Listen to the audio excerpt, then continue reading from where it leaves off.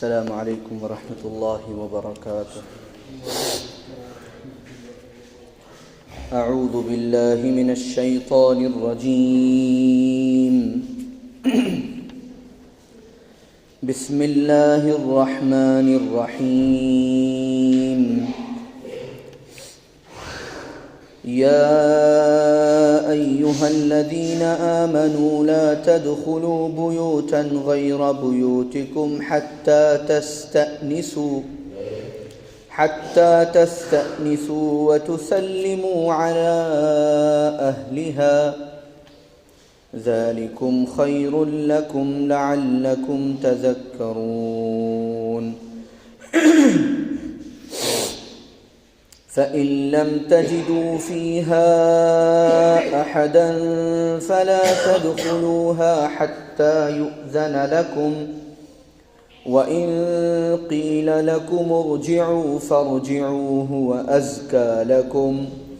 والله بما تعملون عليم۔ ليس عليكم جناح أن تدخلوا بيوتا غير مسكونة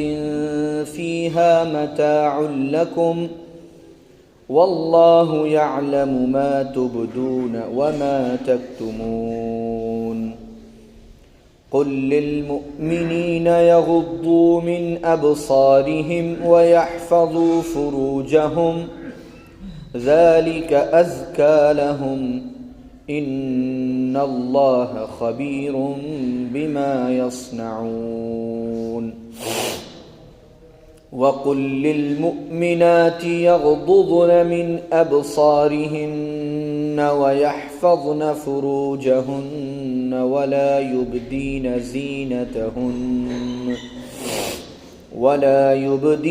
زينتهن إلا ما ظهر منها، وليضربن بخمرهن على جيوبهن،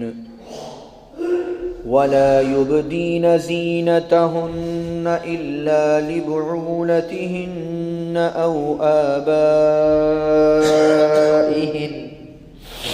أو آباء بعولتهن أو أبنائهن أو أبناء بعولتهن أو إخوانهن أو بني إخوانهن أو بني أخواتهن أو نسائهن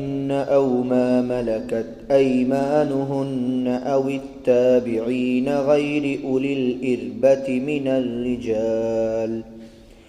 أو الطفل الذين لم يظهروا على عورات النساء،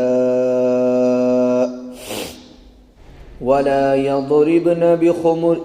يضربن بأرجلهن ليعلم ما يخفين من زينتهن، وتوبوا إلى الله جميعا أيها المؤمنون لعلكم تفلحون۔ صدق الله العلي العظيم۔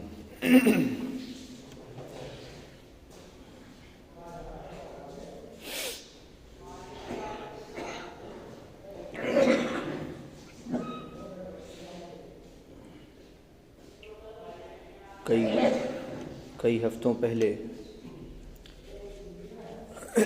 جب حاضری ہوئی تھی، سورہ نور کا سلسلہ درس جاری تھا، اور واقعہ افک اور اس کے بعد کی کچھ آیات کی تشریح و تفسیر بتوفیق اللہ تعالی عرض کی گئی تھی۔ آخری آیت جہاں پر سلسلہ درس مکمل ہوا تھا وہ الخبیثات للخبیثین والخبیثون للخبیثات، الحمدللہ بہت تفصیل کے ساتھ اس آیت کے معنی اور اس کی تشریح عرض کی گئی تھی۔ اگلی آیات شروع کرنے سے پہلے کچھ ضروری باتیں اگر ہمارے ذہن میں رہیں تو ان آیات کو سمجھنا بہت آسان ہو جائے۔ اللہ تعالیٰ نے اس دنیا کے نظام کو چلانے کے لیے مردوں اور عورتوں کے درمیان آپس میں ایک کشش رکھی ہے، اور یہ کشش بالکل فطری بات ہے۔ ایک دوسرے کی طرف ان کا کھنچنا یہ کوئی غیر فطری عمل نہیں ہے، اور اللہ کی اس میں بڑی حکمتیں ہیں۔ اگر یہ فطری کشش نہ ہو تو دنیا کا نظام درہم برہم ہو جائے، نہ خاندانی نظام باقی رہے، نہ معاشرت کا نظام باقی رہے، اور نہ دنیا کی آبادی برقرار رہے۔ نکاح کا جو اللہ تعالیٰ نے جذبہ یا نکاح کی جو اجازت عطا فرمائی، اور بلکہ اجازت ہی نہیں دی بلکہ اس کو پسند فرمایا، اس کی تاکید فرمائی، اس کی اصل وجہ یہی ہے۔ کون انسان نہیں جانتا کہ نکاح کے بعد اور شادی کے بعد مختلف قسم کے انفرادی اور اجتماعی حالات کا اس کو سامنا کرنا پڑتا ہے۔ مرد جانتا ہے کہ اس پر ذمہ داریوں کا ایک بوجھ بڑھے گا،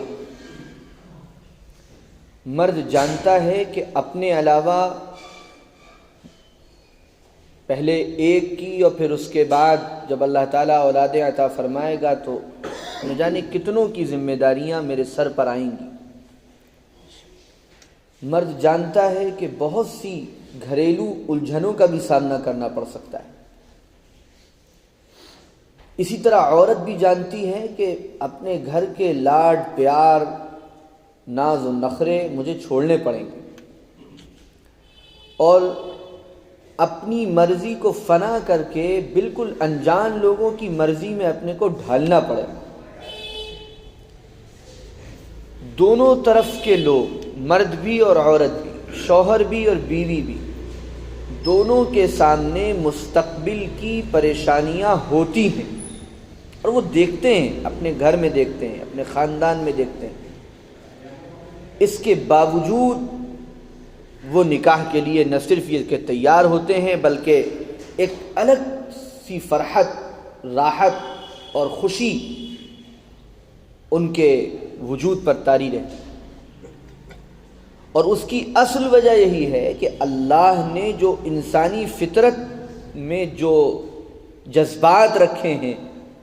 ان جذبات کی صحیح اور پاکیزہ راستے سے تسکین کا موقع ملتا ہے، اور ایک دوسرے کی طرف جو ایک اٹریکشن ہے، اور ایک انسان کے اندر کا یہ جو جذبہ ہے کہ کوئی میرا رازدار ہو، کوئی میرا اپنا ہو، کوئی میرا خاص ہو، اس جذبے کو پورا ہونے کا یہ ایک موقع ملتا ہے شوہر کو بیوی کی شکل میں اور بیوی کو شوہر کی شکل۔ یہی جذبات انسان کے نکاح اور شادی کے لیے آمادہ ہونے میں زبردست محرک بنتے ہیں۔ یہ ایک حقیقت ہے، اس کا انکار ممکن نہیں ہے، اور جب بات پورے معاشرتی نظام کو سمجھانے کے لیے کی جائے گی تو اس پہلو کو سامنے رکھ کر بات کو آگے بڑھانا ضروری ہوگا، ورنہ آگے کی آیات محض ایک حکم لگیں گی اور قرآن کا بس ترجمہ سمجھ میں آئے گا۔ اصل اللہ تعالیٰ کس اسپرٹ کو انسان کے اندر اور مسلمانوں کے اندر پیدا کرنا چاہتے ہیں، اور کیا جذبات ہیں، ان پر کیسے کنٹرول ہو، کیسے وہ صحیح جگہ پر استعمال ہو، یہ پورا نظام سمجھنے کے لیے ان حقیقتوں کو پہلے اچھی طرح ہمیں ذہن میں رکھنا ہوگا۔ تو جب انسان کے اندر، مردوں کے اندر بھی عورتوں کے اندر بھی اللہ نے یہ جذبات رکھے ہیں، تو پھر یہ نہیں ہو سکتا تھا کہ اللہ تعالیٰ جذبات کو رکھ کر یوں ہی آزاد چھوڑ دیتے۔ یہی فرق ہے عیسائیت میں یا دوسرے مذاہب میں اور اسلام میں، یہی فرق ہے۔ وہاں صورتحال یہ پیدا ہوئی، میں اکثر نکاح کی محفل میں جب کچھ عرض کرتا ہوں تو اس موضوع کو بہت تفصیل سے بیان کرتا ہوں۔ عام عمومی طور پر نکاح کے جو بیانات ہوتے ہیں وہاں دوسرے پہلوؤں پر غور کیا جاتا ہے اور اس کی تشریح کی جاتی ہے، لیکن اصل نکاح کیا ہے، جب تک اس پورے ان جذبات کو ہم نہیں سمجھیں گے، نکاح کی پاکیزگی ہمارے سمجھ میں نہیں آئی۔ عیسائیت میں گڑبڑی یہ ہوئی کہ اللہ تک پہنچنے کے لیے یہ راستہ اختیار کیا گیا کہ اپنے ان جذبات کو کچل ڈالو۔ اگر آپ کو راہب بننا ہے، پادری بننا ہے، تو آپ پھر شادی نہیں کر سکتے، پھر آپ نکاح نہیں کر سکتے، اپنی فطرت کے خلاف جاؤ، کچل ڈالو اس کو۔ نتیجہ یہ ہوا کہ ان کے یہاں خدا تک پہنچنے کے لیے جب یہ راستہ اختیار کیا گیا کہ نکاح نہیں کرنا، شادی نہیں کرنی، مجرد رہنا ہے، تنہا رہنا ہے، تو پھر تھوڑے دنوں کے بعد اس کا نتیجہ یہ نکلا کہ بے راہ روی ان کے معاشرے میں پیدا ہوئی۔ کیونکہ جب کوئی چیز ایکسٹریم تک پہنچتی ہے اور بلا ضرورت پہنچتی ہے تو پھر اس کا ریئیکشن ہوتا ہے۔ وہاں پر اس مذہب میں 99% لوگوں کے لیے خدا تک پہنچنا ناممکن ہو گیا کہ ہم اپنے جذبات، اپنی خواہشات، اپنی ڈیزائرز کو کس طرح کچلیں، اور یہ کون سا خدائی راستہ ہے کہ ہم کو ہماری فطرت سے الگ کیا جا رہا ہے۔ اس کے نتیجے میں وہاں مذہب سے بغاوت ہوئی، اور مذہب سے بغاوت کے نتیجے میں وہ آزادی پیدا ہوئی، آزادی کا وہ تصور ذہن میں آیا جو جانوروں کے یہاں تھا، کہ تمہارے لیے کوئی بندش نہیں ہے، کوئی رکاوٹ نہیں ہے، جیسے چاہو جس طرح چاہو زندگی گزارو، جس کے ساتھ چاہو ریلیشن رکھو، جس طرح چاہو اپنی مرضی کے مطابق رہو، نہ تمہیں کوئی روک سکتا ہے۔ اگر تم 18+ ہو گئے ہو تو تمہارے ماں باپ کو بھی اختیار نہیں ہے کہ اب وہ تمہاری لائف میں انٹرفیئر کرے۔ اور اس کا نتیجہ یہ ہوا کہ وہاں کے یورپ کے اسکول اور کالجز کا حال یہ ہے، میں نے معتبر لوگوں سے سنا ہے جو وہاں گئے ہیں، کہ وہاں جتنے ڈاکیومنٹس ہوتے ہیں، اچھے خاصے ڈاکیومنٹس میں وہاں پر مدر کے نام کی اہمیت ہوتی ہے اور فادر کا خانہ خالی رہتا ہے۔ بدکاری اور زناکاری اس معاشرے میں پھر ایسی عام ہوئی کہ نسلیں مٹ گئیں، نسب تباہ ہو گیا، خاندان درہم برہم ہو گیا، فیملی سسٹم گڑبڑ ہو گیا۔ یہ سب نتیجہ تھا اس روک تھام کا جو غیر فطری تھی۔ اسلام نے ان دونوں کے درمیان ایک اعتدال کا راستہ عطا فرمایا۔ اسلام نے نہ تو فطرت کے ساتھ کھلواڑ کرنے کی اجازت دی کہ اللہ نے یہ جذبات تمہارے اندر رکھے ہیں، تو انسان کون ہوتا ہے اپنے ان جذبات کو کچلنے والا اور برباد کرنے والا، اور نہ پھر یہ آزادی دی کہ ان جذبات کو جس طرح چاہو استعمال کرو، بلکہ ایک معتدل راستہ بتایا کہ فطرت میں اللہ نے جو جذبات رکھے ہیں ان جذبات کی تسکین کا جائز اور پاکیزہ اور صحیح راستہ کیا ہے، اور اس راستے کا نام ہے نکاح، جس میں تمہارے جذبات کو بھی ٹھنڈک پہنچے، تمہاری خواہشات بھی پوری ہو، اور پاکیزگی بھی حاصل ہو، احتیاط بھی حاصل ہو، اور خاندانی نظام بھی برقرار رہے، حسب اور نسب بھی برقرار رہے، فیملی سسٹم بھی خوبصورتی سے چلتا رہے۔ اس پورے نظام کا نام ہے نکاح۔ اب جب یہ جذبات اللہ نے انسان کے اندر رکھے ہیں اس کی وجہ سے، اور پھر جب یہ واقعہ عفق پیش آیا کہ حضرت عائشہ رضی اللہ تعالی عنہا جیسی مقدس اور محترم خاتون پر اس طرح کے الزامات لگے، تو پھر سمجھ میں یہ آیا کہ بے حیائی فروغ پا رہی ہے، معاشرے میں بے حیائی کے تذکرے ہو رہے ہیں، معاشرے میں غلط باتوں کو فروغ دیا جا رہا ہے، اور اسلام کا نظام یہ ہے جس کو میں نے سورہ بنی اسرائیل میں بھی عرض کیا تھا، وَلَا تَقْرَبُوا الزِّنَا، کہ اسلام یہ نہیں چاہتا کہ ہر ایک جرم کی سرحدوں پر ٹہلا جائے، پکڑا جائے اور سزا پائے۔ اسلام تو چاہتا یہ ہے کہ انسان جرم کے قریب ہی نہ آئے۔ سزائیں یقیناً طے کی ہیں، لیکن مقصود سزا دینا نہیں ہے۔ میں سورہ نور میں بھی اس کو بہت تفصیل سے عرض کر چکا ہوں، زنا کے متعلق جب آیات کی تشریح عرض کی تھی۔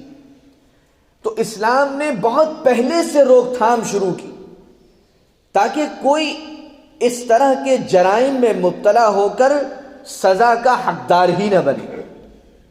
اور یہ جو اگلی آیات ہیں، یہ دراصل اسی روک تھام کے لیے اللہ تعالیٰ نے اتاری کہ زناکاری اور بدکاری معاشرے میں جن چیزوں سے فروغ پاتی ہے اور جو چیزیں بے حیائی کا سبب بن سکتی ہیں، ان تمام چیزوں پر فوکس کر کے وہاں احتیاط کے پہلو اختیار کیے جائیں۔ بے حیائی کو فروغ دینے والے عمل میں سے بڑا عمل ہے بے حجابی، بے پردگی۔ بے حیائی کو فروغ دینے والے جو محرکات ہیں، ان میں ایک بڑا محرک ہے لوگوں کا بغیر نکاح کے رہنا، عمر ہونے کے باوجود شادیاں نہ کرنا۔ یہ سارے وہ اعمال ہیں جن کے ذریعے انجام یہ ہوتا ہے کہ انسان بے حیائی اور بے پردگی اور جرائم میں مبتلا ہوتا ہے۔ ان اگلی آیات میں اللہ تعالیٰ نے ان تمام چیزوں کو تفصیل کے ساتھ بیان فرمایا ہے۔ پوری سورت آخر تک اکثر و بیشتر اس کے مضامین اسی طرح کے موضوعات پر مشتمل ہیں، جن موضوعات کو سمجھ کر انسان ان حدود میں پہنچنے سے رک سکتا ہے جن حدود میں پہنچ کر بالآخر وہ جرائم تک پہنچ جاتا ہے۔ یہ ان آیات کا پس منظر ہے کہ اللہ تعالیٰ نے معاشرے کی صفائی، معاشرے میں پاکیزگی کو فروغ دینے، معاشرے میں احتیاط کا راستہ اختیار کرنے کی تلقین فرمائی ہے اور اس کے لیے احکامات متعین فرمائے۔ فرمایا یا ایھا الذین آمنوا لا تدخلوا بیوتا غیر بیوتکم حتی تستأنسوا وتسلموا علی اہلها۔ پہلے دستور یہ تھا کہ لوگ ایک دوسرے کے گھروں میں بے اجازت بلا کھٹک داخل ہو جاتے تھے، اور آج بھی میں دیکھتا ہوں کہ محلے پڑوس میں اس کا لحاظ نہیں کیا جاتا۔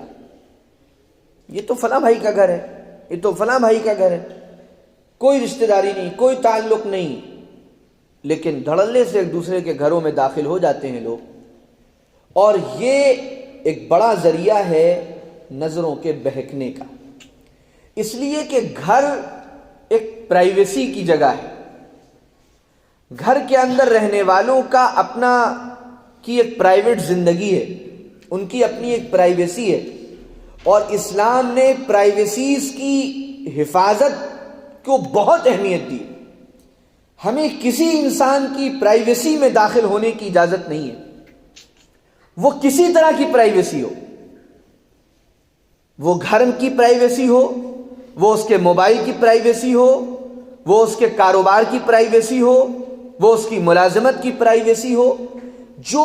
چیزیں انسان کی ذاتی زندگی سے متعلق ہیں، پرائیویٹ چیزیں ہیں، ہمیں ان کے بارے میں پوچھنے کی، تاک جھانک کی قطعاً اجازت نہیں۔ اور اس معاملے میں بے احتیاطی کا عجیب عالم، دھڑلے سے لوگ ایک دوسرے کا موبائل لیتے ہیں، دھڑلے سے اس میں گیلری کھولتے ہیں، دھڑلے سے اس کے میسیجز چیک کرتے ہیں۔ یہ گناہ کبیرہ ہے۔ کوئی آپ کو دکھانے کے لیے کوئی چیز موبائل پکڑائے، قطعاً اجازت نہیں ہے کہ وہ جو آپ کو جو دکھا رہا ہے آپ اس کے بعد اس کی امیجز کو لیفٹ اور رائٹ کریں۔ ہمیں نہیں معلوم کہ اس نے کیا چیزیں اپنے پاس رکھ رکھی ہیں، ہماری نگاہ ان چیزوں پر پڑ جائے تو اس کو شرمندگی ہو، وہ ہمیں نہ دکھانا چاہتا ہو۔ قریب سے قریبی فرد بلکہ میں تو یہاں تک عرض کرتا ہوں کہ شوہر اور بیوی کو بھی ایک دوسرے کا موبائل اس طرح چیک نہیں کرنا چاہیے جس سے یہ اندیشہ ہو کہ بلا وجہ بدگمانیاں پیدا ہوں گی۔ بہت احتیاط، کیونکہ یہ چھوٹی چھوٹی چیزیں ہوتی ہیں اور اس سے بعض مرتبہ ایسے ایسے مسائل پیدا ہو جاتے ہیں کہ اس کا اندازہ لگانا مشکل ہوتا ہے۔ تو مکان جو ہے، گھر، یہ انسان کی پرائیویٹ جگہ ہے، وہاں وہ اپنی مرضی سے رہتا ہے، وہاں وہ اپنی آزادانہ زندگی گزارتا ہے۔ وہ کس حال میں ہے، گھر کی عورت کس حال میں ہے، گھر میں بچیاں کس حال میں ہیں، چاہے کوئی ہمارے رشتہ دار کیوں نہ ہو، چاہے ہمارے چچا کا اور ماموں کا اور خالہ کا اور پھوپھی کا گھر کیوں نہ ہو، ہمیں نہیں معلوم کہ اندر کون کس حال میں ہے، اور ہم دھڑلے سے ایک دوسرے کے گھروں میں بلا اجازت داخل ہوتے ہیں۔ قرآن نے اس آیت میں سختی سے اس سے منع فرمایا۔ قرآن کو لوگوں نے پڑھا نہیں ہے۔ معاشرت کی زندگی اتنی بہترین سکھائی ہے قرآن نے کہ ہم آج جو انگریزوں کی معاشرت دیکھ کر اور ان کے سوری اور تھینک یو پر فدا رہتے ہیں، قرآن کی معاشرت کو اگر ہم نے سمجھا ہوتا تو ایسا پاکیزہ معاشرہ ہمارے سامنے ہوتا جس پاکیزہ معاشرے کی وجہ سے گھروں میں، خاندانوں میں، علاقوں میں چین اور سکون ہوتا۔ فرمایا اے ایمان والو، اپنے خاص گھروں کے علاوہ، اور یاد رکھیے جب بھی اپنا گھر کہا جاتا ہے مردوں سے تو وہاں وہ گھر مراد ہوتے ہیں جو ان کا اپنی بیوی کا گھر ہے بس۔ اگر ماں باپ بھی اس گھر میں شامل ہیں تو ان کو اپنا گھر نہیں کہا جائے گا، کیونکہ ماں باپ کی بھی اپنی ایک پرائیویٹ زندگی ہے۔ اپنے خاص گھروں کے علاوہ کسی کے گھر میں تم اس وقت تک داخل نہ ہو حتی تستأنسوا۔ قرآن کے انداز پر قربان جائیے، عام طور سے ترجمہ کرنے والوں نے جو کیا ہے اور لکھا ہے اور لوگ سمجھتے ہیں وہ یہ کرتے ہیں جب تک اجازت نہ مل جائے، لیکن قرآن کے الفاظ پر غور کیجئے، یہاں پر اجازت کا لفظ قرآن نے نہیں استعمال کیا۔ اجازت کے لیے عربی میں لفظ آتا ہے استئذان، یہاں حتی تستأذنوا نہیں کہا بلکہ فرمایا حتی تستأنسوا، اور یہ قرآن ہی سکھا سکتا ہے۔ استئذان کہتے ہیں اجازت طلب کرنے کو، اور استئناس کہتے ہیں رضامندی طلب کرنے کو۔ اجازت میں اور رضامندی میں فرق ہے۔ بعض مرتبہ اجازت کراہیت کے ساتھ دی جاتی ہے، اب آ گئے ہیں، مسلط ہیں سر پر، کیا کیا جائے، بلا لو، 3 بج رہے ہیں، سونے کا وقت ہے، اب کھڑے ہیں باہر، آ جاؤ بھائی، بیٹھ جاؤ، کیا کام ہے بتاؤ۔ تو یہ اجازت تو ہے لیکن یہ استئناس نہیں ہے۔ استئناس کا مطلب یہ ہوتا ہے کہ سامنے والا خوش دلی کے ساتھ آپ کو آنے کی اجازت ہے، رضامندی کے ساتھ اجازت ہے۔ فرمایا اے ایمان والو، جب بھی کسی کے گھر جاؤ تو اس طرح جاؤ، اس کے بعد داخل ہو گھر میں جب سامنے والا پوری خوش دلی کے ساتھ، بشاشت کے ساتھ تم کو اپنے گھر میں آنے کی اجازت ہے۔ اگر وہ اجازت دے رہا ہے لیکن اس کے عمل سے، اس کے قول سے، اس کے چہرے سے، اس کے آرام کرنے والے کپڑوں سے، کسی بھی چیز سے تم کو یہ اندازہ ہو جائے کہ یہ وقت تم سے خوش دلی کے ساتھ وہ نہیں مل پا رہا، تم عمر میں بڑے ہو، رشتے میں بڑے ہو، مقام میں تمہارا ایک مقام ہے، اس وجہ سے وہ مجبور ہے، اس وقت اس گھر میں جانے کی اجازت نہیں ہے۔ اسلامی معاشرت اس کو پسند نہیں کرتی۔ اسلامی معاشرت میں کسی کے گھر جانے کا جو طریقہ ہے وہ یہ ہے کہ اس طرح جاؤ کہ سامنے والا خوش دلی کے ساتھ تم کو بلائے، خوش دلی کے ساتھ تم کو اجازت دے، اور اجازت بھی کس طرح لو، وَتُسَلِّمُوا عَلَىٰ أَهْلِهَا، کنڈیاں مت پیٹو، چیخ پکار مت مچاؤ، آوازیں مت لگاؤ، اپنا نام زور زور سے مت بتاؤ، میں ہوں فلاں اور میں ہوں فلاں، بلکہ شریعت کا طریقہ یہ ہے کسی کے سے اجازت لینے کا کہ اس کے دروازے کے باہر کھڑے ہو کر ایک بار سلام کرو، تھوڑی دیر خاموش رہو، پھر دوبارہ سلام کرو، پھر تھوڑی دیر خاموش رہو، پھر تیسری بار سلام کرو، پھر خاموش رہو، اور پھر اگر اندر سے جواب نہ آئے، اگر اجازت مل گئی اور محسوس یہ ہو جائے کہ خوشی کے ساتھ اجازت ملی ہے، بہت اچھی بات ہے، گھر میں چلے جاؤ، اور اجازت نہ ملے یا منع کر دیا جائے تو خاموشی کے ساتھ واپس ہو۔ پہلے سے اجازت لے کر یا وقت لے کر جانا اسی لیے پسندیدہ ہے۔ ہمیں نہیں معلوم کہ کس کا اپنے گھر پر کیا نظام ہے، کون کس وقت جاگتا ہے، کس وقت سوتا ہے، کس وقت آرام کرتا ہے، کس وقت اپنے کام کرتا ہے۔ اگر معاشرتی زندگی کا کوئی نظم نہیں ہوگا تو انسان وقت بے وقت لوگوں کے گھروں پر جائے گا، وقت بے وقت چکر لگائے گا، وقت بے وقت پہنچے گا، کسی کا آرام خراب کرے گا، کسی کا مطالعہ خراب کرے گا، کسی کی پڑھائی خراب کرے گا، کسی کے اپنے اور کام متاثر کرے گا، اور وہ اپنے جانتے میں بہت اچھا کام کر رہا ہے کہ وہ فلاں صاحب کے گھر ہو آیا، لیکن وہ دوسرے کی ایذا کا، تکلیف کا، اس کے کاموں میں پریشانی کا سبب ہے۔ یہ معاشرت ہمارے یہاں سیکھی نہیں جاتی، ہمارے یہاں تو دین یہ سمجھا ہی نہیں جاتا ہے۔ سب سے بڑا مسئلہ تو یہی ہے، ہمارے یہاں دین کا تصور بالکل کچھ اور ہو گیا ہے، لیکن قرآن جب ہم پڑھتے ہیں تو دین کچھ اور نظر آتا ہے۔ بہت کم تذکرہ ملے گا آپ کو قرآن میں، بلکہ شاید میں کہوں تو غلط نہ ہو، قرآن میں بہت کم تذکرہ یا نہیں ملے گا آپ کو تذکرہ داڑھی کی لمبائی کا اور کرتے کی لمبائی کا۔ قرآن میں تذکرہ نہیں ملے گا، بعد میں تشریحات اس کی سنت میں یقیناً موجود ہیں، لیکن قرآن میں تو آپ کو نماز کیسے پڑھنی ہے یہ تذکرہ بھی نہیں ملے گا۔ نماز پڑھنی ہے بس اتنی بات ملے گی۔ اوابین اور اشراق اور چاشت کے تذکرے بھی نہیں ملیں گے، بہت زیادہ نفل اعمال کے تذکرے بھی نہیں ملیں گے۔ قرآن میں تذکرہ ملے گا اخلاق سدھارو، معاشرت سدھارو، معاملات سدھارو، لین دین ایسے کرو، جوڑ توڑ ایسے کرو، حساب کتاب یوں رکھو، گواہ ایسے بناؤ، اور اس طرح گھر میں جاؤ، اس طرح باہر آؤ، یہ بچوں کو سکھاؤ، ان کاموں کو ناپ تول پوری کرو، یتیم کا یہ ملے گا قرآن میں بھرا ہوا۔ اور ہماری دینداری اس کے بالکل الٹ ہے۔ صبح اور شام دین کے نام پر جو تذکرے ہوتے ہیں وہ ان کاموں کے ہوتے ہیں جو نفل کا اور استحباب کا درجہ رکھتے ہیں، اور جو قرآن کی زبان میں کام فرض ہیں، معاشرت سدھارنا، اخلاق سدھارنا، معاملات سدھارنا، اس کا ہم 30 سال 40 سال سے دیندار بنے ہوئے ہیں، ان چیزوں کا کبھی ہمارے کانوں سے گزر نہیں ہوتا۔ یہ جو دین کی تشریح ہو رہی ہے اسی نے امت کو تباہی کے اس دہانے پر کھڑا کر دیا ہے کہ ظاہری طور پر دیندار نظر آنے والے بھی بہت سے لوگ اخلاق، معاملات اور کردار کے اعتبار سے بدترین سطح پر پہنچ چکے۔ یہ قرآن پاک کے ان موضوعات کو نہ سمیٹنے کا نتیجہ ہے۔ بالکل ہم اس پر بات نہیں کرتے، بالکل یہ چیزیں ہم نہ خود آپس میں مذاکرے میں لاتے ہیں، نہ اپنے گھر کی عورتوں کو اور بچوں کو سکھاتے ہیں کہ یہ بھی دین ہے۔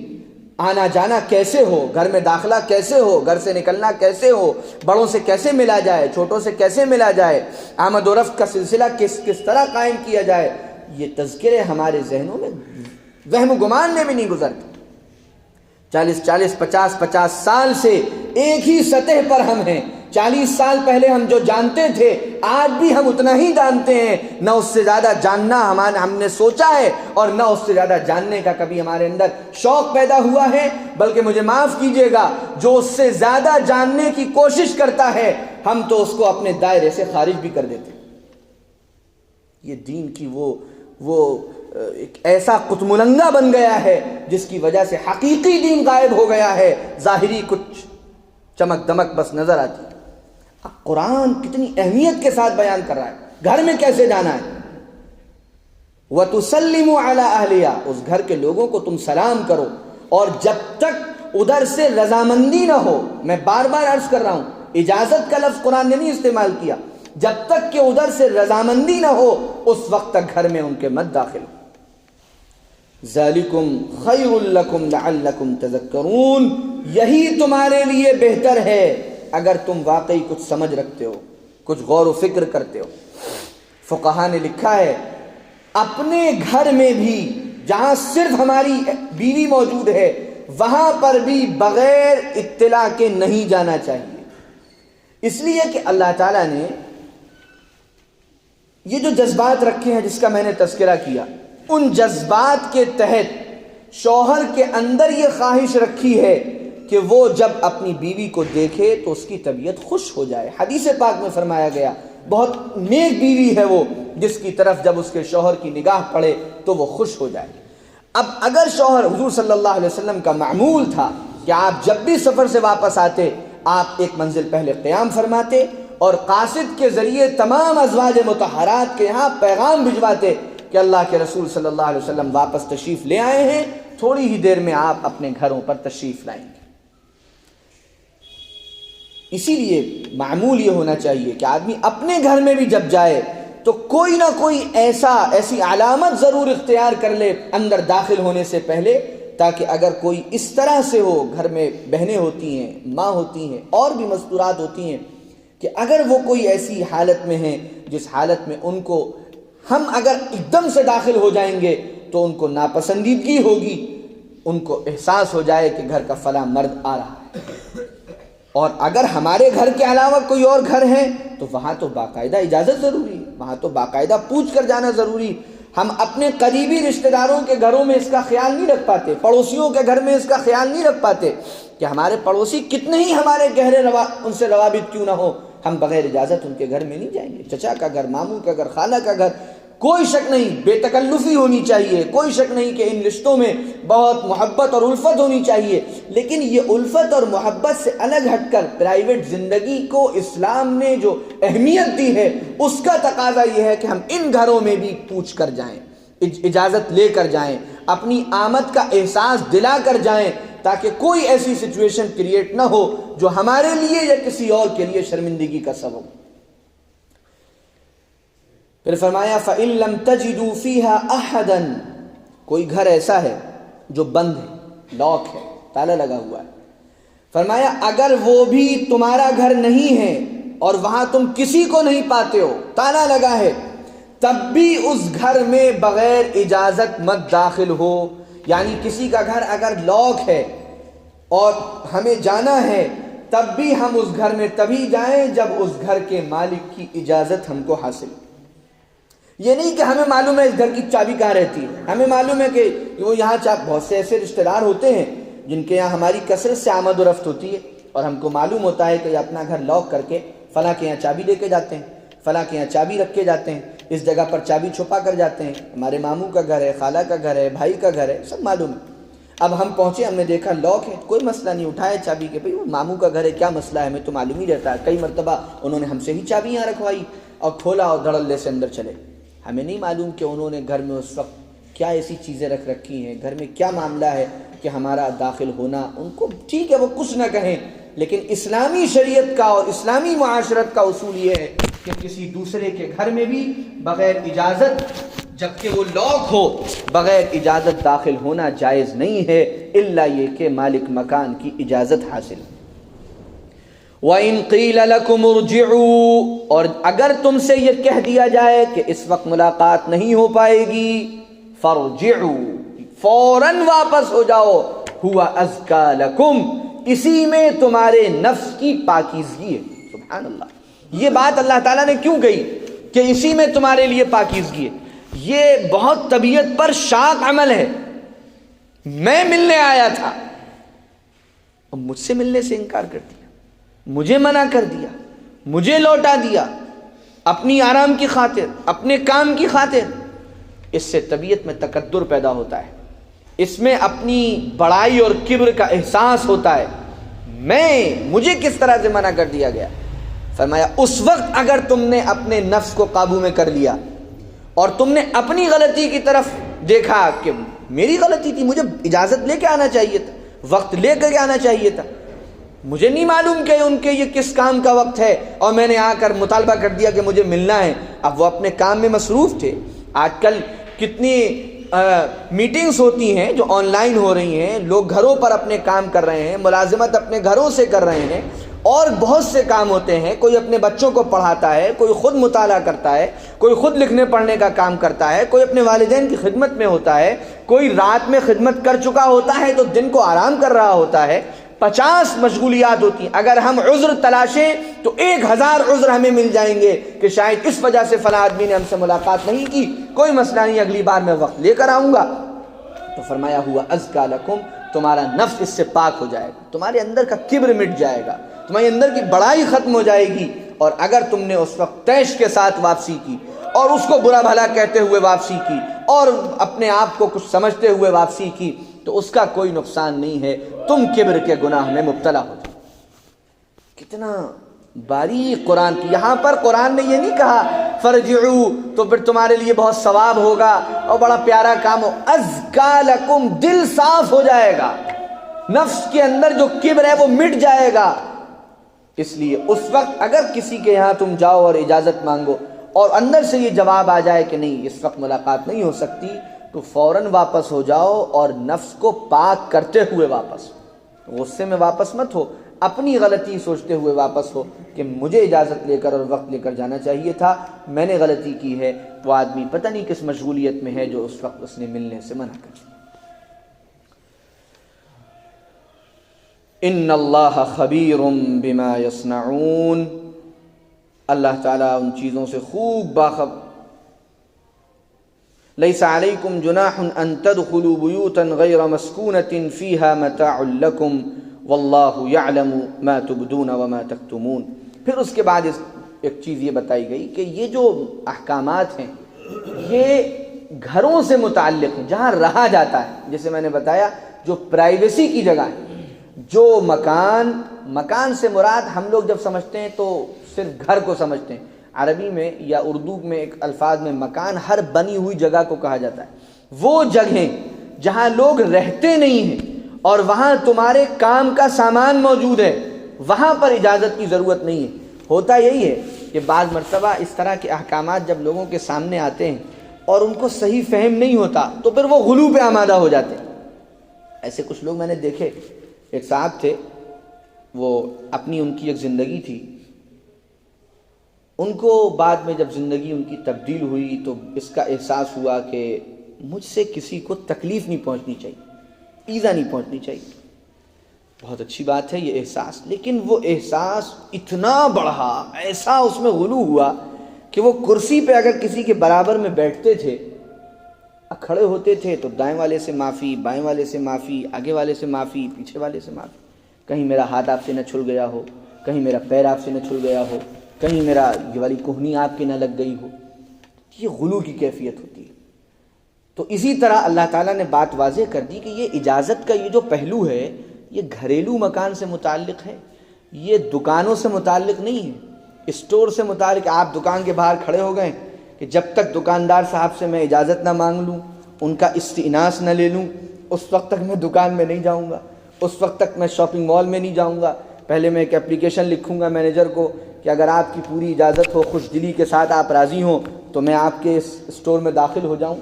فرمایا لیس علیکم جناح ان تدخلوا بیوتا غیر مسکونہ، کوئی حرج نہیں کہ وہ جگہیں جہاں لوگ رہتے نہیں ہیں، جو پرائیویٹ جگہ نہیں ہیں، وہاں تم بغیر جائے. دکان پر تو ظاہر آدمی جائے گا، دھڑلے سے اندر جائے گا، اپنا سامان پوچھے گا، لینا ہوگا لے گا، نہیں لینا ہوگا واپس آئے گا. تو اب غلو کی کیفیت میں اتنا آگے مت بڑھ جانا. یہ پرائیویسی کو سیکیور کرنے کے لیے یہ احکامات دیے گئے ہیں. دکان یا گودام یا شاپنگ مال یا اس طرح کی جو جگہیں ہیں جو سب کے لیے کھلی ہوئی ہیں، جہاں سب آتے جاتے ہیں، وہاں اس اجازت کی ضرورت نہیں ہے. واللہ یعلم فیہا متاع لکم، جہاں تمہارے فائدے کا سامان ہے، جہاں تمہیں کچھ خریدنا ہے، جہاں سے تمہیں کچھ سامان لینا ہے. واللہ یعلم ما تبدون وما تکتمون، اللہ تعالیٰ خوب جانتا ہے جو کچھ تم ظاہر کرتے ہو اور جو کچھ تم چھپاتے ہو. یہ بے حیائی کو فروغ دینے والا ایک محرک تھا، بے حجاب،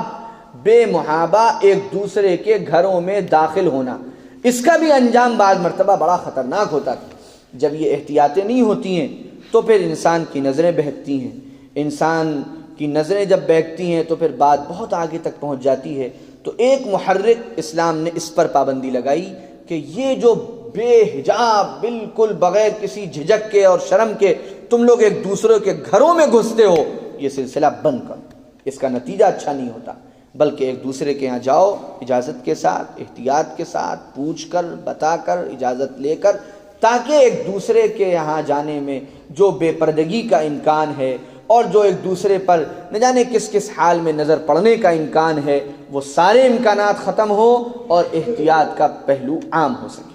اب ایک دوسرا پہلو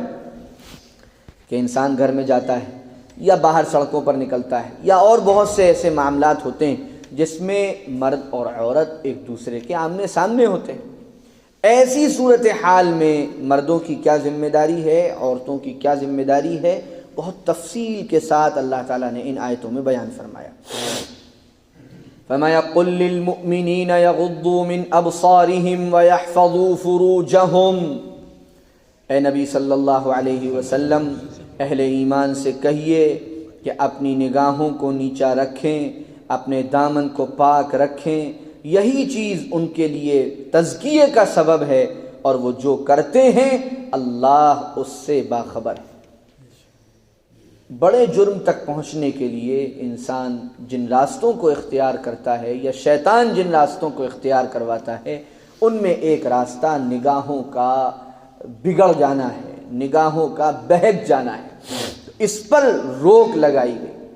کہ اپنی نظروں کی پوری حفاظت یہ اہل ایمان مردوں کی ذمہ داری، اور اسی کے ساتھ کہا گیا کہ پھر اپنی عزت کی حفاظت کریں، اپنی شرمگاہوں کی حفاظت کریں، اپنے دامن کو پاک صاف رکھیں۔ جب نگاہ کو وہ بچا لیں گے تو امید ہے کہ آگے کی تمام غلطیوں سے وہ محفوظ ہو جائیں گے، اور جب نگاہ بہک جائے گی تو یہ جرائم کا سفر یہیں سے شروع ہو جائے گا۔ تاکید کے ساتھ اللہ تعالیٰ نے یہ بات ارشاد فرمائی، اور یہ اہل ایمان کے لیے وہ احکامات ہیں جن کا تذکرہ ہمارے سامنے آتا رہتا ہے کہ ایک مرد کو اجازت دی گئی ہے کہ اپنے محارم عورتوں کو ہی وہ دیکھ سکتا ہے اور ان کے سامنے بلا کسی جھجک کے بیٹھ سکتا ہے اور گفتگو کر سکتا ہے۔ اس کے بعد کچھ پابندیاں رشتوں کے اعتبار سے شروع ہوتی ہیں، جس کا میں انشاءاللہ اگلی آیت میں تفصیل کے ساتھ تذکرہ کروں گا کہ کن عورتوں کو کن مردوں کے سامنے کن حالات میں آنے کی اجازت ہے، اور کتنا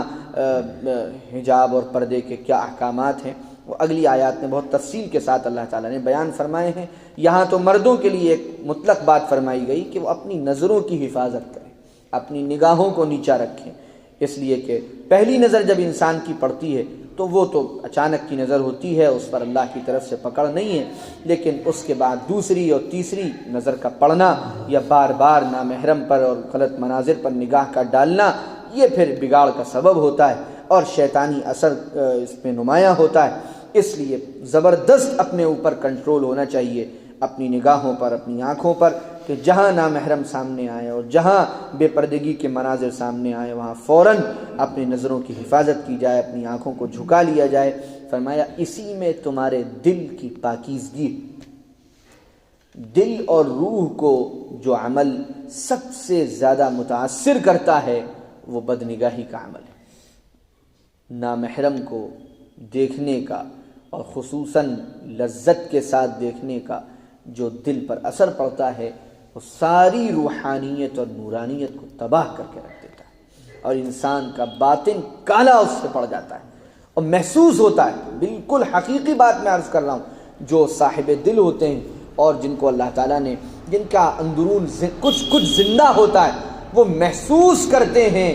کہ نامحرم کو دیکھنے پر دل پر کیا اثر پڑتا ہے اور نظروں کو چھپانے پر روح کو کیا لذت ملتی ہے۔ یہ ایک اللہ کی طرف سے ایک ایسا لطف ہوتا ہے جو صرف اس کو بتایا ہی جا سکتا ہے، کوئی دکھا نہیں سکتا، کوئی اس کا پریکٹیکل نہیں کرا سکتا۔ وہ ہر انسان خود اپنی ذات پر اس کا پریکٹیکل کر کے دیکھے، اللہ کے لیے اپنی نظریں، اپنی نگاہوں کی حفاظت کرے، اور پھر دیکھے اس کی روح کو کیسی اللہ تعالیٰ ایک عجیب لذت اور فرحت عطا فرمائے، اور اس میں دل کی کیسی صفائی ہوگی، اس میں دل کی کیسی پاکیزگی ہوگی۔ اس دور پرفتن میں اس آیت کو ہر وقت اپنی نگاہوں کے سامنے رکھنا چاہیے، جہاں سڑکوں پر بے حجابی اور بے پردگی، جہاں دیواروں پر، موبائلوں پر، کمپیوٹر پر، انٹرنیٹ پر، ہر جگہ ایسے مناظر ہیں جو انسان کی روحانیت کو تباہ کرنے کے لیے کافی ہیں، نورانیت کو تباہ کرنے کے لیے کافی ہیں۔ انسان کے وجود کے اندر جو ایمانی روشنی ہے اس روشنی کو پھیکا کرنے کے لیے کافی ہیں۔ ہر وقت اللہ کی یہ آیت، قرآن کی آیت نگاہوں کے سامنے رہے۔ اے ایمان والوں، اپنی نگاہوں کو پاک رکھو، نیچا رکھو، اپنے دامن کو پاک صاف رکھو، اسی میں تمہارے لیے پاکیزگی ہے، اور جو کچھ تم کر رہے ہو اللہ اس سے باخبر ہے۔ پہلے بے حجابی اور بے پردگی وہ ہوتی تھی جس میں انسان بے حیائی سڑکوں پر دیکھتا تھا، سنیما میں دیکھتا تھا، دیواروں پر دیکھتا تھا، تب امکان تھا کہ کوئی دیکھ لے گا، کوئی موجود ہوگا، لوگ اور بھی ہوں گے، لیکن اب تو یہ مناظر، یہ بے حیائی اتنی عام ہے کہ بند کمروں میں انسان بے حیائی کے مناظر دیکھ سکتا ہے، اور ان حالات میں سوائے اللہ کے ڈر کے کوئی چیز انسان کو گناہوں سے روک نہیں سکتی، سوائے اللہ کے ڈر کے، اللہ کے خوف کے کہ اللہ مجھے دیکھ رہا ہے، فرشتے میرے ایک ایک عمل کو نوٹ کر رہے ہیں اور مجھے اللہ کے یہاں اس کا حساب دینا ہے۔ اس تصور کے بغیر آج کے دور میں اپنی نگاہوں کی حفاظت ناممکن، کوئی بچ نہیں سکتا۔ بچپن سے بچوں کے نگاہوں کے سامنے ایسے مناظر گھوم رہے ہیں، صرف اس لیے ایڈورٹائزمنٹ کے ذریعے ہم سمجھ رہے ہیں کہ بچے بہت اچھی اچھی پوئمز دیکھ رہے ہیں، بہت اچھی اچھی چیزیں دیکھ رہے ہیں، لیکن بیچ بیچ میں چھوٹے چھوٹے ایڈورٹائزمنٹ کے ذریعے ان کے اندر جو شرم اور جھجک ہے فطری بے حیائی کے خلاف، وہ دھیرے دھیرے جب وہ مناظر نظروں سے گزرتے رہتے ہیں تو وہ شرم ختم ہو جاتی ہے، وہ جھجک ختم ہو جاتی ہے، اور ان کا ذہن اس کا عادی بن جاتا ہے، اور ان کے اندر وہ مناظر فٹ ہو جاتے ہیں، محفوظ ہو جاتے ہیں، اور پھر اس کے بڑے برے نتائج ہوتے ہیں۔ بہت ہی بیدار مغزی کے ساتھ، بہت ہی احساس ذمہ داری کے ساتھ، بہت ہی فکر کے ساتھ، اپنے بچوں کی آخرت کی فکر کے ساتھ، ان کے کیریکٹر کی فکر کے ساتھ، ان کے اخلاق کی فکر کے ساتھ، ان کے کردار کی فکر کے ساتھ جو ماں باپ اس دور میں رہیں گے وہی حفاظت کر پائیں گے، ورنہ آج کے دور میں جس طرح سے بے حیائی کے ماحول نے گھیر رکھا ہے، نہ بچنا آسان ہے نہ بچانا آسان ہے۔ حضرت یوسف نے اس وقت کہا تھا، میں نے عرض کیا تھا، وما ابرئ نفسی ان النفس لامارۃ بالسوء الا ما رحم ربی۔ ایک نبی ہو کر وہ یہ کہہ رہے تھے کہ زلیخا کے داؤ سے اور مصر کی عورتوں کی چالوں سے بچنے میں میں اپنے کو پاک صاف نہیں کہتا، میرا نفس بھی گناہوں پر آمادہ کر دیتا ہے، مجھے میرے اللہ کے رحم نے بچایا ہے۔ جب یوسف جیسا نبی اور نبیوں کی اولاد میں سے ایک نبی اللہ کے رحم کے بغیر زلیخا اور مصر کی عورتوں کے داؤ سے نہیں بچ سکا، اور وہ کہنے لگا کہ میں صرف اللہ کے رحم سے بچا ہوں، ہماری اور آپ کی کیا حیثیت ہے، ہماری اور آپ کی کیا اوقات ہے کہ ہم اللہ کے فضل اور رحم کے بغیر اپنی اور اپنے نسلوں کی اس گندے ماحول سے، اس سڑے ہوئے ماحول سے، اس متعفن ماحول سے حفاظت کر سکیں۔ رو رو کر اللہ سے مانگنے کی ضرورت ہے، اللہ اس ماحول کی تباہی سے، اس دور کی گندگیوں سے، اس ماحول کی سڑاند سے میری نسلوں کی، میرے گھر والوں کی آپ ہی حفاظت کر سکتے ہیں، آپ حفاظت فرما لیجئے، ورنہ ذہن، دماغ، دل، تصورات، خیالات، جذبات، احساسات سب بگڑتے چلے جائیں گے، سب سڑتے چلے جائیں گے، اور انسان ایک جنونی کیفیت میں مبتلا ہو جائے گا، جس کا پھر علاج بھی ذہنی اور فکری طور پر آسان نہیں ہوگا۔ اس کے بعد اللہ تعالیٰ نے خواتین کو حکم دیتے ہوئے فرمایا، وَقُلْ لِلْمُؤْمِنَاتِ يَغْضُضْنَ مِنْ أَبْصَارِهِنَّ وَيَحْفَظْنَ فُرُوجَهُنَّ۔ لمبی آیت ہے، اس آیت کو شروع کرنے سے پہلے بھی دو تین باتیں اہم سمجھنا ضروری۔ عورتوں کے لیے جو احکامات ہیں ان احکامات میں درجات ہیں۔ ایک عورت کا ستر ہے، ایک عورت کے اعضاء زینت ہیں، اور ایک عورت کے وہ اعضاء ہیں جو ظاہر ہو ہی جاتے ہیں۔ یہ تین کیٹیگریاں ہیں عورتوں کے پردے کے لحاظ سے۔ آگے کے مسائل کو سمجھنے کے لیے یہ تینوں چیزیں سمجھنا ضروری۔ ستر وہ ہوتا ہے جس کا کھلنا کسی بھی حال میں جائز نہیں ہے، بعض مخصوص حالات کے۔ اعضاء زینت وہ ہیں جن کا کھلنا بعض لوگوں کے سامنے جائز ہے، اور بعض اعضاء جو ظاہر ہو ہی جاتے ہیں وہ ہیں جو عام حالات میں سب کے سامنے عورتوں کے اعضاء کھلے رہتے ہیں، جیسے ہاتھ کا کچھ حصہ اور پیر کا کچھ حصہ، اور بعض فقہا کے نزدیک چہرے کا کچھ حصہ۔ یہ احکامات ہیں الگ الگ، اور اسی کے لحاظ سے کیٹیگریز ہیں۔ فرمایا اللہ تعالیٰ نے کہ اے نبی صلی اللہ علیہ وسلم، آپ مومن عورتوں سے کہیے کہ وہ بھی اپنی نگاہوں کی حفاظت کریں اور اپنے دامن کو پاک رکھیں۔ یہاں پر یہ مسئلہ بڑا اہم ہے کہ کیا عورتیں بھی مردوں سے پردہ کریں، یعنی عورتیں بھی مردوں کو نہ دیکھیں؟ اس میں بہت ساری آراء ہیں، ان ساری آراء کا خلاصہ یہ ہے، چونکہ حضور صلی اللہ علیہ وسلم کا جو عمل ہے اس سے بظاہر دونوں طرح کی باتیں ظاہر ہوتی۔ ایک مشہور صحابی تھے جو نابینا تھے، وہ آپ صلی اللہ علیہ وسلم کے گھر میں آنے لگے۔ آپ نے حضرت عائشہ سے فرمایا عائشہ پردہ کر لو۔ حضرت عائشہ نے فرمایا یا رسول اللہ وہ نابینا ہے، وہ ہمیں نہیں دیکھ سکتے۔ آپ نے فرمایا وہ تمہیں نہیں دیکھ سکتے لیکن تم تو ان کو دیکھ سکتی ہو، اس لیے پردہ کرو۔ اس سے یہ معلوم ہوتا ہے کہ عورتوں کو بھی اسی طرح پردہ کرنا چاہیے، نظریں جھکا کر رہنا چاہیے جس طرح مرد رہتے ہیں۔ لیکن حضور صلی اللہ علیہ وسلم سے ہی یہ بات بھی ثابت ہے کہ کچھ لوگ آ کر باہر میدان میں کھیل دکھا رہے تھے، مرد تھے۔ آپ حضرت عائشہ عمر میں کم تھیں، کھیل کود پسند تھا۔ آپ نے حضرت عائشہ سے کہا کہ میں یہاں کھڑا ہوں، تم میرے پیچھے کھڑی ہو جاؤ تاکہ وہ لوگ تمہیں نہ دیکھ سکیں اور تم میرے پیچھے سے ان کا کھیل دیکھ لو۔ اس سے وہ فقہا اجازت سمجھتے ہیں کہ اجازت ہے کہ عورتیں مرد کو دیکھ سکتی ہیں۔ ان تمام بحثوں کا خلاصہ یہ ہے کہ عام حالات میں جو سختی مردوں کے لیے ہے وہ سختی عورتوں کے لیے نہیں ہے، کیونکہ ظاہر ہے مرد برقع پہن کے نہیں رہتے ہیں، مرد چھپ کر نہیں رہتے ہیں، مرد چھپنے کی چیز نہیں ہے، مرد کو تو میدان میں رہنا ہے، کام کرنا ہے۔ فتنے کا اندیشہ اگر ذرا بھی ہے اور عورت کو یہ لگتا ہے کہ میں کسی مرد پر نگاہ ڈالوں گی تو اس نگاہ سے مجھے اس کا حسن اچھا لگ سکتا ہے یا لگ رہا ہے، تو ایسے حالات میں حکم وہ ہے جس میں سختی ہے کہ ہر حال میں نگاہ نیچی رکھنی۔ لیکن عام حالات میں جب فتنے کا اندیشہ نہ ہو تو عورتوں کے لیے وہ سختی نہیں ہے مردوں پر نگاہ پڑنے کے سلسلے میں جو مردوں کے لیے سختی ہے عورتوں پر نگاہ پڑنے کے سلسلے میں۔ اسی طرح رشتہ داریوں کا بھی یہی معاملہ ہے کہ جو سگے محرم رشتہ دار ہیں ان کے سامنے کے احکامات الگ ہیں۔ جو ایسے رشتہ دار ہیں جن سے محرم کا رشتہ تو نہیں ہے لیکن ان سے ملاقاتیں اکثر ہوتی ہیں، گھر ایک ہے، آنا جانا بکثرت ہوتا ہے، ان کے سامنے کے احکامات میں کچھ فرق ہے۔ بہت سخت احکامات فتنہ نہ ہونے کے نتیجے میں، فتنہ تو جہاں ہو گیا تو وہاں تو پھر سخت احکامات ہیں سب کے لیے، لیکن عام حالات میں خود اللہ کے رسول صلی اللہ علیہ وسلم سے یہ بات ثابت ہے کہ آپ کی جو ہماری زبان میں سالی کہی جاتی ہیں، اہلیہ کی بہن حضرت عائشہ رضی اللہ عنہا کی بہن حضرت اسماء بنت ابی بکر، وہ آخر تک حضور صلی اللہ علیہ وسلم کے سامنے آیا کرتی تھی۔ لیکن احکامات میں فرق ہے، میں ابھی عرض کروں گا۔ آپ کی پھوپھی زاد بہن یا چچا زاد بہن غالباً حضرت ام ہانی رضی اللہ تعالی عنہا، جن کے بارے میں بعض روایتوں کے مطابق آپ کو معراج جن کے گھر سے ہوئی تھی، وہ بھی آپ صلی اللہ علیہ وسلم کے سامنے آ جایا کرتی تھی۔ تو یہ محرم رشتہ دار نہیں تھے، پھوپھی زاد بہن بھی محرم نہیں ہے، سالی بھی محرم نہیں ہے، لیکن چونکہ بکثرت گھر میں آنا جانا تھا تو ظاہر پردے کے وہ سخت احکامات نافذ نہیں ہو سکتے جو ایک اجنبی عورت کے لیے، لیکن اس میں بھی احتیاطیں ملحوظ رکھی جائیں گی جس کا تذکرہ آگے قرآن نے کیا ہے۔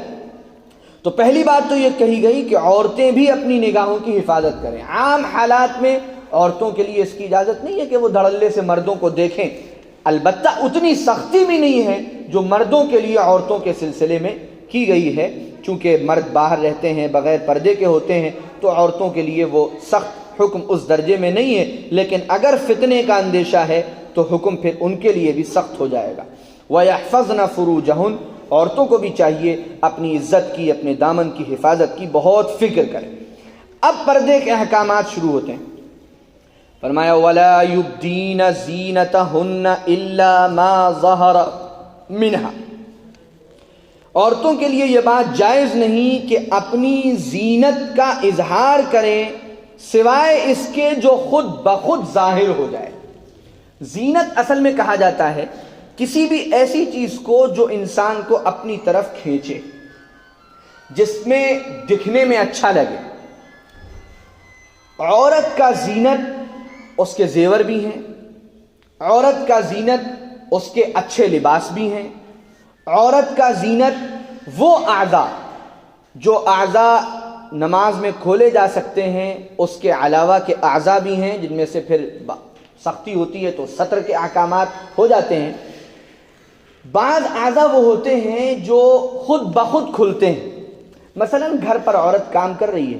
اب ظاہر ہے کہ وہ بالکل آستین ناپ کر اور ایسے یہاں تک رسی باندھ کر نہیں رہ سکتی، وہ بہت سے کام کرے گی، کبھی اس کی آستین اوپر ہو جائے گی، کبھی نیچے ہو جائے گی، کبھی پیر کے پائچے اوپر چڑھ جائیں گے، کبھی نیچے چڑھ جائیں گے، اور گھر میں محرم مرد ہیں، کبھی اس کا سر کھل جائے گا۔ جو اعضاء عام حالات میں خود بخود کھلتے ہیں. یہاں پر مفسرین نے بہت زور دیا ہے اس پر کہ قرآن نے الا ما ظہر منہا کہا ہے, الا ما یظہر منہا نہیں کہا. جو کھولتی ہیں عورتیں وہ نہیں, جو خود بخود کھل جائیں. عام حالات میں کام کرتے ہوئے, گھر کی مشغولیات میں جسم کے جو اعضاء خود بخود کھل جاتے ہیں, عورتوں کے لیے اتنے اعضاء کا کھل جانا اجازت کے دائرے میں آتا ہے. اس کے علاوہ ان کے جسم کے دیگر اعضاء کا کھلنا یا ان کا زینت اختیار کرنا,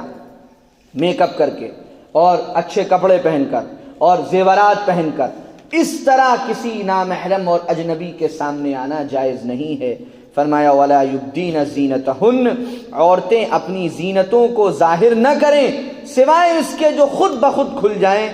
وَلْيَضْرِبْنَ بِخُمُرِهِنَّ عَلَى جُيُوبِهِنَّ, خمار کہتے ہیں عربی میں دوپٹے کو,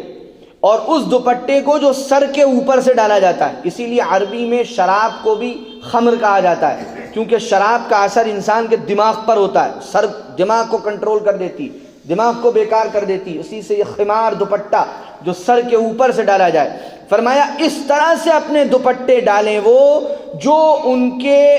پورے گریبان کو اچھی طرح سے چھپا دیں, یعنی جسم کو اچھی طرح سے کور کر دیں. یہ واضح آیت ہے قرآن کی جو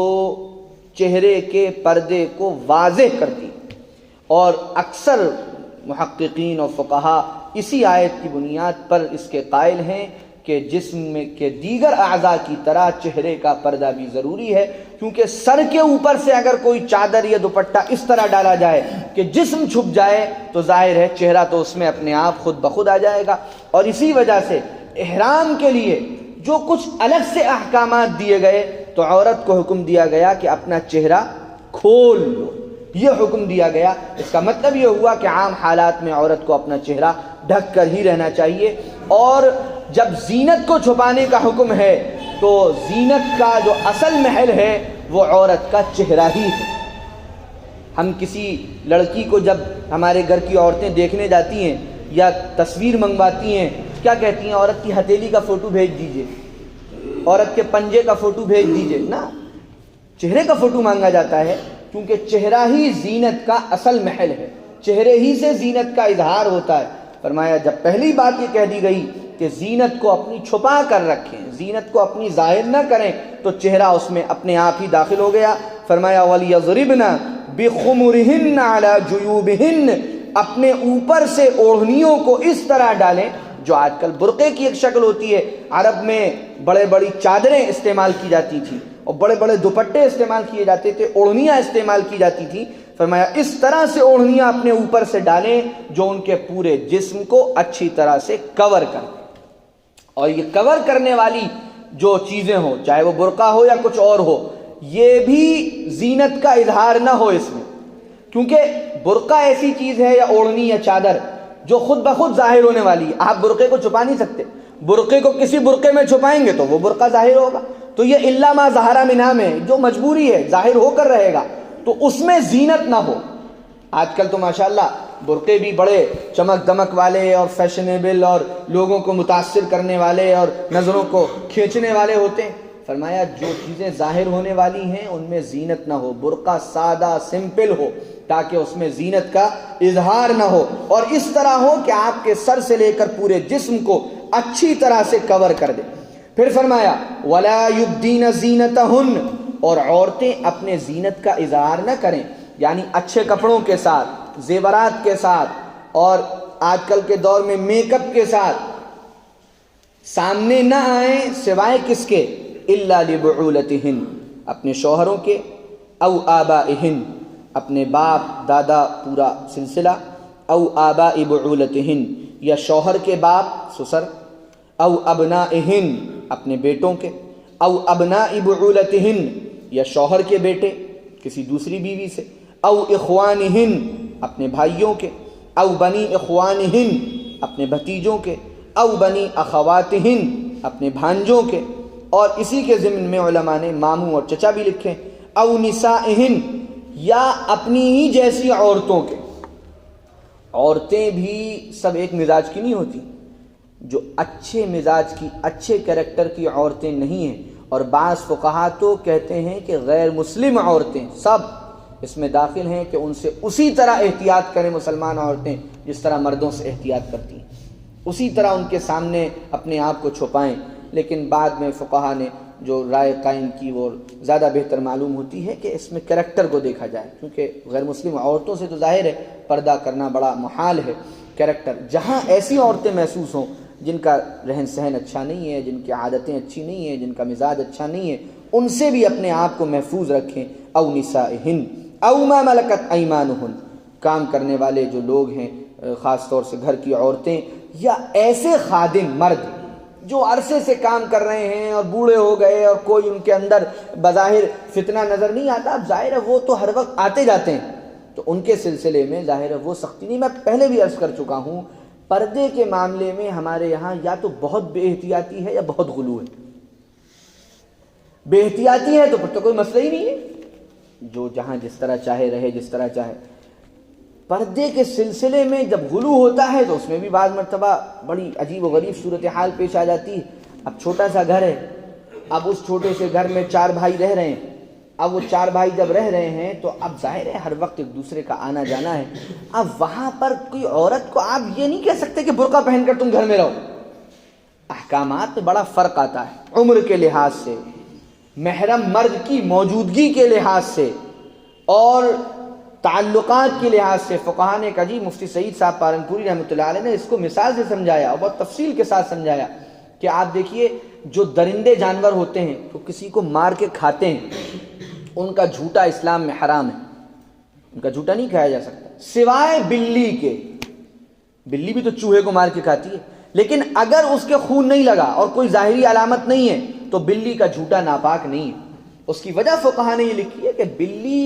ہر وقت آنے جانے والی جانور ہے، اس کو آپ روک نہیں سکتے، بکثرت اس کا گھروں میں آنا جانا رہتا ہے۔ اب وہی سختی اگر دوسرے جانوروں والی اس کے ساتھ لاگو کر دی جائے گی تو بڑی پریشانی ہو جائے گی، بڑی الجھن ہو جائے گی۔ تو بلی کا جھوٹا تب حرام ہے جب خون نظر آ جائے، واضح نظر آ جائے۔ اسی طرح گھر کے جو قریبی رشتہ دار ایسے ہیں جن کے یہاں کثرت سے آنا جانا رہتا ہے اور وہ ہمارے نامحرم ہیں، ان کے ساتھ پردے کے وہ سخت احکامات تب ہیں جب فتنہ ثابت ہو اور فتنے کا اندیشہ ہو۔ اگر فتنے کا اندیشہ نہیں ہے تو پھر احتیاط کے ساتھ زندگی گزاری جا سکتی ہے۔ ایک دوسرے کے سامنے مرد عورتیں اس کا خیال رکھیں کہ اپنا سر نہ کھولیں، زیب و زینت کا بہت زیادہ اظہار نہ کریں، اور وہ بے تکلفی نہ اختیار کریں جو بے تکلفی نامحرموں سے نہیں ہونی چاہیے۔ لیکن عام حالات میں ایک دوسرے سے اپنی کوئی ضرورت کی چیز مانگ لینا یا ایک دوسرے کے سامنے پڑ جانا، ظاہر ہے اس میں اس طرح کی سختی نہیں ہے جس طرح کی سختی ایک اجنبی عورت کے لیے ہے۔ اب اس میں اور بھی بہت سی تفصیلات ہیں جو انشاءاللہ اگلی حاضری کے موقع پر عرض کی جائیں گی۔ اللہم لک الحمد کلہ ولک الشکر کلہ، اللہم صلی وسلم وبارک علی محمد النبی الامی، ربنا آتنا فی الدنیا حسنۃ وفی الآخرۃ حسنۃ وقنا عذاب النار۔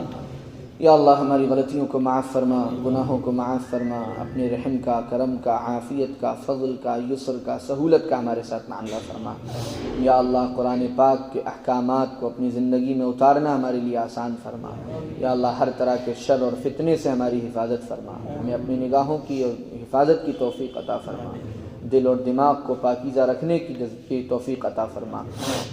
یا اللہ قرآن کو ہماری زندگیوں کی بہار بنا دیجیے، قرآن کو ہماری روح میں، ہمارے پورے وجود میں اتار دیجیے۔ یا اللہ ہمارے دل کی تمام دعاؤں کو، تمناؤں کو، آرزوؤں کو اپنی رحمت سے پورا فرما۔ ربنا تقبل منا انک انت السمیع العلیم وتب علینا انک انت التواب الرحیم، وصلی اللہم وسلم وبارک علی نبینا محمد وعلی آلہ وصحبہ اجمعین برحمتک۔